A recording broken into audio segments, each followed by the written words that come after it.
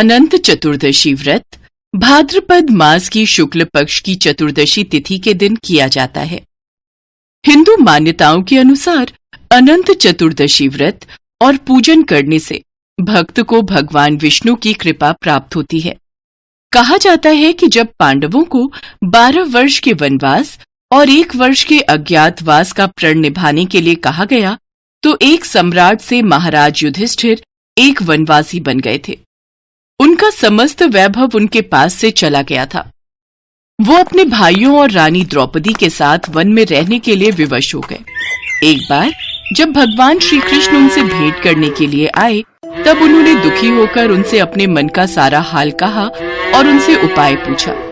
हे कृष्ण, अब आप ही बताइए, मेरी समस्त परेशानियों का नाश कैसे हो सकता है? कौन सा ऐसा व्रत और पूजन है जिसके करने से मुझे मेरा खोया हुआ मान सम्मान और राज्य प्राप्त हो सकता है? हे धर्मराज, आप अनंत चतुर्दशी का पूजन और व्रत कीजिए। अनंत भगवान का व्रत एवं पूजन करने से आपकी समस्त परेशानियों और दुखों का नाश हो जाएगा और जो कुछ भी आपने खोया है वो पुनः आपको प्राप्त हो जाएगा। आपकी सभी मनोकामनाएं पूर्ण होंगी। अगर ऐसा है तो आप मुझे इस व्रत की पूजन विधि बताइए, मैं इस व्रत को जरूर करूंगा। युधिष्ठिर के कहने पर श्री कृष्ण उन्हें अनंत चतुर्दशी व्रत की कथा कहनी प्रारंभ करते हैं। प्राचीन काल में सतयुग के समय में सुमंत नाम का एक ब्राह्मण अपनी पत्नी दीक्षा और एक पुत्री सुशीला के साथ रहता था। सुशीला जब छोटी थी तब उसकी मां का स्वर्गवास हो गया। तब उसके पिता सुमंत ने कर्कशा नाम की कन्या से दूसरा विवाह कर लिया। कर्कशा स्वभाव से बहुत ही दुष्ट थी और वो सुशीला के प्रति ईर्ष्यापूर्ण भाव रखती थी। कर्कशा अपने पति से भी प्रतिदिन झगड़ा किया करती थी। समय के साथ सुशीला की आयु बढ़ती गई और वो विवाह के योग्य हो गई। उसके रूप और गुणों की चर्चा सुनकर वेदों के ज्ञाता और मुनियों में श्रेष्ठ कौंडिल्य ऋषि सुमंत के पास सुशीला से विवाह की इच्छा लेकर आए। कर्कशा तो पहले से ही यही चाहती थी कि उसकी सौतेली पुत्री सुशीला का विवाह ऐसे ही घर में हो जाए। सुनो, तुम्हें लगता है कि हमें इनके साथ अपनी पुत्री का विवाह कर देना चाहिए? हम थोड़ा समय और ले लेते हैं, क्या पता हमारी पुत्री को कोई और सुयोग्य वर मिल जाए। तुम कैसी बातें कर रहे हो? हाथ आया रिश्ता कैसे छोड़ सकते हो? इसके विवाह के पश्चात हमें और दूसरे भी तो काम है। क्या हम सारी जिंदगी इसे पालते रहेंगे? इसे विवाह करके इसके घर भेजो, यही इसके लिए उत्तम होगा। अब ठीक है, मैं सुशीला से बात करता हूँ। सुशीला बहुत ही समझदार लड़की थी और वो अपने बड़ों का सम्मान करती थी। उसने जब सुना कि उसकी दूसरी माँ भी यही चाहती है, तो वो खुशी खुशी इस रिश्ते के लिए तैयार हो गई। सुमंत ने भी खुशी खुशी अपनी पुत्री का विवाह कौंडिल्य ऋषि के साथ कर दिया। सुशीला की सौतेली माँ कर्कशा ने यहाँ भी चालाकी दिखाई। बारात के खाने में रास्ते के भोजन के लिए रात का बचा हुआ भोजन बांध दिया। ये सब सुशीला ने देख लिया। उसको ये देखकर बहुत दुख हुआ। उसे लगा कि जब उसके ससुराल वालों को ये सब पता चलेगा तो उसका और उसके पिता का कितना अपमान होगा। उसके मन में आत्महत्या का विचार आया। जब मार्ग में सब एक नदी के किनारे विश्राम के लिए रुके, तो सुशीला नदी में डूबकर आत्महत्या करने के विचार से नदी के पास पहुंच गई। वो जब वहां पहुंची तो उसने देखा कि वहां पर बहुत सी स्त्रियां कोई पूजन कर रही हैं। आप लोग ये किसका पूजन कर रहे हो? आज अनंत चतुर्दशी है और हम सब अनंत भगवान का व्रत एवं पूजन कर रहे हैं। इसके करने से मनुष्य की सभी मनोकामनाएं पूरी होती हैं। क्या इस व्रत का इतना महत्व है कि इस व्रत को करने से सभी मनोकामनाएं पूरी होंगी? कृपया करके मुझे भी इस व्रत के बारे में बताइए। बेटी, ये अनंत चतुर्दशी का व्रत है और इसमें भगवान विष्णु के अनंत स्वरूप का व्रत और पूजन किया जाता है।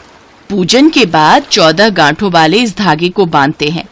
इस सूत्र को बांधते समय अनंत भगवान से अपनी मनोकामना कहें। सुशीला ने उन औरतों के कहे अनुसार भगवान अनंत का पूजन किया और वह सूत्र अपने हाथ में बांध लिया और भगवान अनंत से प्रार्थना करने लगी। हे प्रभु, आप तो सब जानते हैं। आज मेरे ससुराल वालों के समक्ष मेरी और मेरे पिता की लाज रखो। मैं आपसे यही मांगती हूँ। मुझे और मेरे पिता को अपमानित होने से बचा लो प्रभु। भगवान अनंत से प्रार्थना करके जैसे ही सुशीला वापस उस जगह पहुंचती है जहां सभी बाराती ठहरे हुए थे, वो हैरान रह जाती है। उसने देखा उसका पति और उसके ससुराल से आए सभी बाराती आनंद से भोजन कर रहे थे। वहां भोजन में तरह तरह के पकवान थे। सबने सुशीला के मायके वालों की बहुत प्रशंसा की। सुशीला ने अनंत भगवान का आभार किया और अपना व्रत पूर्ण किया। जब वो अपने ससुराल पहुंची तो उसे अनंत चतुर्दशी के व्रत का महात्म्य पता चला। उस व्रत के प्रभाव से उसके परिवार में सुख समृद्धि बढ़ने लगी और धन धान्य से उसका घर परिपूर्ण हो गया। उसका जीवन सुखमय हो गया। एक बार उसके पति की दृष्टि उसके हाथ पर बंधे सूत्र पर पड़ी और उसने अपनी पत्नी से पूछा, सुशीला, तुम्हारे हाथ में ये धागा कैसा है? स्वामी, ये अनंत भगवान का सूत्र है। मैं अनंत भगवान का व्रत करती हूँ और उन्हीं की कृपा से आज हमारे पास धन धान्य सब कुछ है। क्या कहा? तुम्हारे व्रत रखने के कारण हमारे पास सब कुछ है? ये तुम्हारी भूल है। ये सब मेरे द्वारा कमाया हुआ धन है। इसमें तुम्हारे अनंत भगवान ने कुछ नहीं किया। लाओ, ये सूत्र मुझे दो। इसके बाद ही तुम्हें पता चलेगा कि मैं सत्य बोल रहा हूं। कौंडिल्य ऋषि अहंकारवश अनंत सूत्र को सुशीला के हाथ से तोड़कर जलती हुई अग्नि में फेंक देते हैं। सुशीला घबराकर रोने लगी। अनंत सूत्र का इस प्रकार अपमान करने से कौंडिल्य ऋषि से अनंत भगवान रुष्ट हो गए और इसके कारण उनका समस्त ऐश्वर्य समाप्त हो गया। घर जल गया, धन चोरी हो गया और उनका स्वास्थ्य भी खराब रहने लगा। तब उन्होंने अपनी पत्नी सुशीला से कहा, सुशीला, अचानक ये क्या हो गया? हमारा सारा धन वैभव नष्ट हो गया। हमारे साथ ये सब क्या हो रहा है? स्वामी, ये सब अनंत भगवान और उनके उस सूत्र के अपमान के कारण हुआ है। आपको उनसे क्षमा मांगनी चाहिए। तुम ठीक कह रही हो सुशीला, मैं उनसे क्षमा मांगूंगा। मैं वन में जाकर उनकी तपस्या करूंगा। ऋषि कौंडिल्य ने वन में जाकर भगवान अनंत को याद करते हुए तपस्या की। भगवान अनंत अपने विराट रूप में प्रकट हुए। तब ऋषि कौंडिल्य ने उनसे क्षमा मांगी। हे प्रभु, मुझसे अपराध हो गया। मैंने आपका अपमान किया। मुझे क्षमा कर दो। मुझे अपनी भूल का एहसास हो गया है। मैं फिर से अपना वही जीवन जीना चाहता हूँ जो मुझसे छिन गया है। मुझे मार्ग दिखाइए प्रभु। इसके लिए तुम्हें 14 वर्षों तक अनंत चतुर्दशी का व्रत एवं पूजन पूरी श्रद्धा और भक्ति के साथ करना होगा। ऐसा करने से तुम्हारे सभी कष्टों का नाश हो जाएगा। तुम्हारी सभी मनोकामनाएं पूर्ण होंगी। जीवन के सभी सुख भोग कर तुम अंत समय में मोक्ष को प्राप्त करोगे। भगवान अनंत के ऐसे वचन सुनकर कौंडिल्य ऋषि को संतोष हुआ। उन्होंने घर आकर पत्नी सुशीला के साथ 14 वर्ष तक अनंत चतुर्दशी के व्रत का पालन किया और अनंत भगवान की कृपा से जीवन के समस्त सुख भोग कर अंत में स्वर्ग को चले गए। इसलिए हे धर्मराज युधिष्ठिर, आप भी इस व्रत को करो। जो कुछ भी आपने खोया है वो सब आपको पुनः प्राप्त होगा। इस व्रत को करने से मनुष्य अपने सभी पापों से मुक्त होकर स्वर्ग लोक को जाता है। जो आज्ञा प्रभु, मैं ये व्रत अवश्य करूंगा। भगवान श्री कृष्ण के कहे अनुसार धर्मराज युधिष्ठिर ने अनंत भगवान का व्रत और पूजन किया। व्रत के प्रभाव से उनके सभी मनोरथ सिद्ध हुए और महाभारत के युद्ध में जीतकर उन्हें उनका राज्य और यश पुनः प्राप्त हुआ और मरणोपरांत सभी पांडवों को स्वर्ग की प्राप्ति हुई। इसीलिए अनंत चतुर्दशी के व्रत और पूजन का बहुत महत्व है। अनंत चतुर्दशी के दिन ही गणेश विसर्जन की भी प्रथा है। भक्त 10 दिन तक अपने घर में गणेश चतुर्थी उत्सव मनाते हैं। भगवान गणेश की प्रतिमा को घर लाते हैं और विसर्जन के दिन यानी अनंत चतुर्दशी के दिन गणेश जी की उस प्रतिमा का विसर्जन करते हैं तथा भगवान गणेश का आशीर्वाद प्राप्त करते हैं। ये कहानी है भगवान विष्णु के परम भक्त सदना कसाई की। बहुत समय पहले की बात है। किसी गांव में सदना नाम का एक कसाई रहता था। वो बहुत ईमानदार था। भले ही पेशे से वो एक कसाई था और मांस बेचता था, पर उसके मुख पर सदैव भगवान विष्णु का ही नाम रहता था। और वह भगवान विष्णु के नाम कीर्तन में मस्त रहता था। यहाँ तक कि मांस को काटते बेचते हुए भी वह भगवान विष्णु का ही नाम गुनगुनाता रहता था। भजमन नारायण नारायण हरि हरि, श्रीमन नारायण नारायण हरि हरि। भैया जरा 2 किलो मांस तोल देना। अभी देता हूँ भैया। जय श्री हरि, जय श्री हरि। कैसा कसाई है? मांस बेचता है और भगवान का नाम जपता है। तुम आज देख रहे हो, मैं तो कई वर्षों से इस कसाई को भगवान का नाम जपते हुए मांस बेचते हुए देख रहा हूँ। इस कसाई के मुख पर तो सदैव विष्णु भगवान का ही नाम रहता है। लोग सदना के बारे में यही बातें करते थे। एक दिन सदना अपनी ही धुन में कहीं जा रहा था कि उसके पैर से एक पत्थर टकराया। वह रुक गया। अरे, ये काले रंग का गोल पत्थर कैसा? इसे उठाकर रख लेता हूं। देखने में तो बहुत बढ़िया दिखाई पड़ता है। ये पत्थर मांस तोलने के काम आ जाएगा। आज इसी पत्थर से वजन तोलता हूं। हाँ भैया, कितना मांस देना है? 1 किलो तोल दो भैया। इसका मतलब ये पत्थर 1 किलो वजन का है। भैया जरा 2.5 किलो मांस देना। अरे ये क्या, ये पत्थर 2.5 किलो वजन का कैसे हो गया? एक बार 5 किलो रखकर देखता हूं। ये कैसे हो सकता है? ये पत्थर कोई साधारण पत्थर नहीं है। ये तो कोई जादुई पत्थर है। जितना वजन तोलना होता है, ये पत्थर उतने वजन का ही हो जाता है। धीरे धीरे ये बात फैलने लगी कि सदना कसाई के पास वजन करने वाला पत्थर है। वो जितना चाहता है पत्थर उतना ही तौल देता है। किसी को 1 किलो मांस देना होता तो तराजू में उस पत्थर को एक तरफ डालने पर दूसरी ओर 1 किलो का मांस ही तुलता। अगर किसी को 2 किलो चाहिए हो तो वह पत्थर 2 किलो के भार जितना भारी हो जाता। इस चमत्कार के कारण उसके यहाँ लोगों की भीड़ जुटने लगी। भीड़ जुटने के साथ ही सदना की दुकान की बिक्री बढ़ गई। मुझे तो लगता है ये किसी जादूगर का पत्थर रास्ते में कहीं गिर गया होगा और ये मुझे मिल गया। इस जादुई पत्थर के आ जाने से मेरी बिक्री और बढ़ गई है। जय श्री हरि, जय श्री हरि। एक दिन सदना की बात उस गांव के पंडित तक भी पहुंची।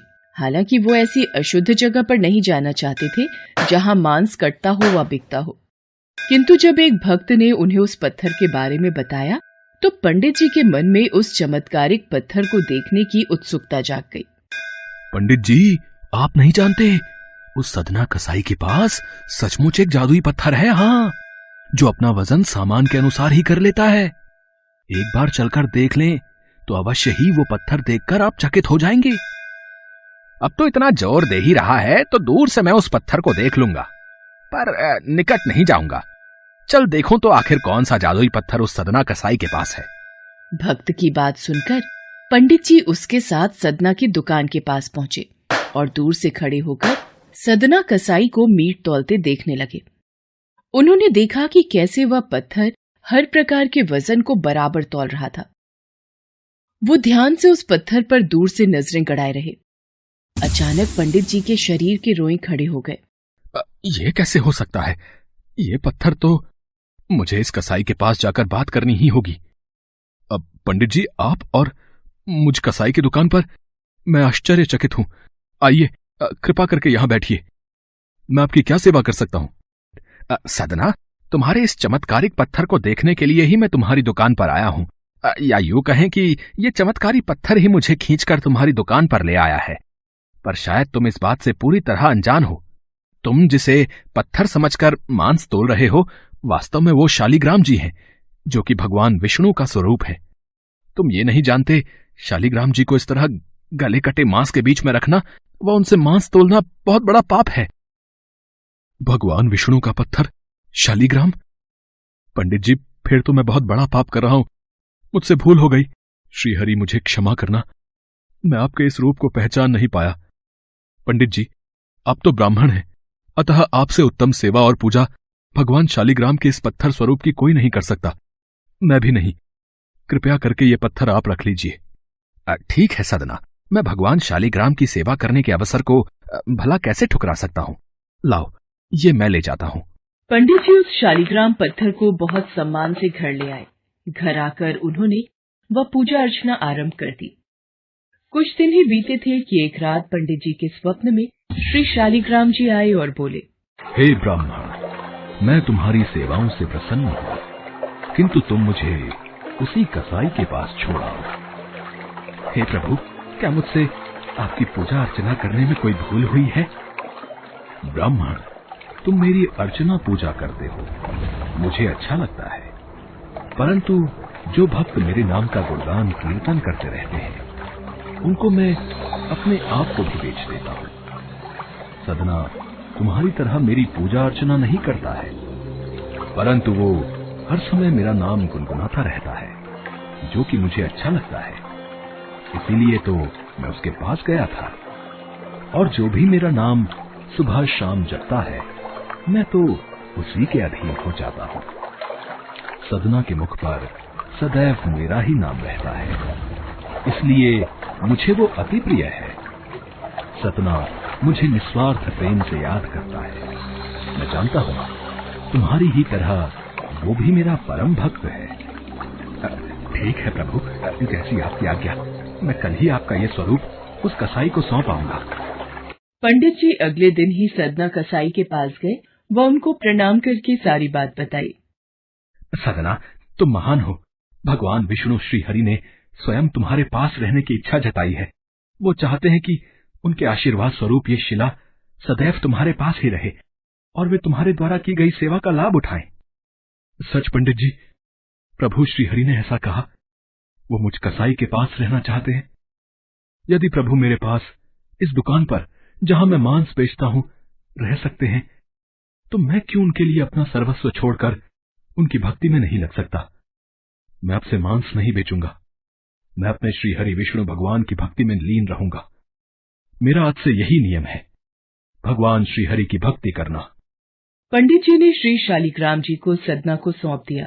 सदना कसाई की आंखों में आंसू आ गए।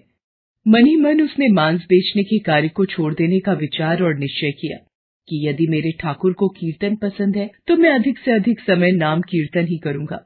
आगे चलकर सदना कसाई भगवान विष्णु के परम भक्त कहलाए और उनकी कीर्ति व नाम चारों दिशाओं में विख्यात हो गया।